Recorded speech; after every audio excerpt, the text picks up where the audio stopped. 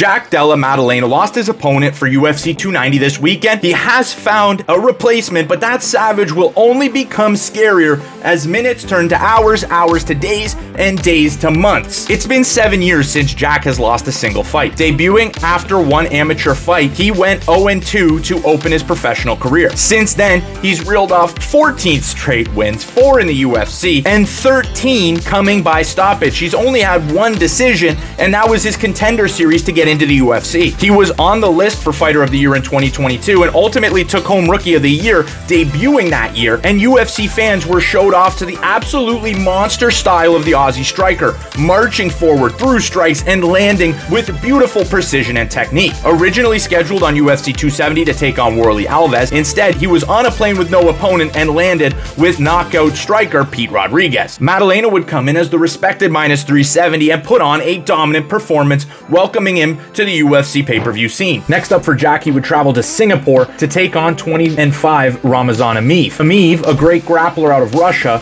would give Jack a real scare, almost landing an anaconda choke in the first round. Jack would ultimately escape the submission, and with quick combinations, he would swarm the Russian, and Maddalena would finish the fight off for back-to-back first-round finishes, but this time around, he would land a $50,000 bonus and go home a little bit richer. The win would set him up in Vegas against another well-rounded finisher in Danny Roberts. However, Jack, with the dominant performance once again, looked to be fighting in slow motion, slipping and striking on the elitist of levels. The fight again wouldn't go further than the first 5 minutes of the fight, the first round, and Jack would be cashing in another bonus check. Maddalena would land on home soil for his next fight and his most recent fight, earning the respect of fans and the UFC brass with back-to-back performance of the nights and 3 first-round finishes in a row. Randy Brown would serve as the opponent to welcome home Jack Maddalena in front of a packed audience in Perth, Australia, and you could not believe the hero's welcome that Jack would get, and Jack would not disappoint a single fan in the stadium.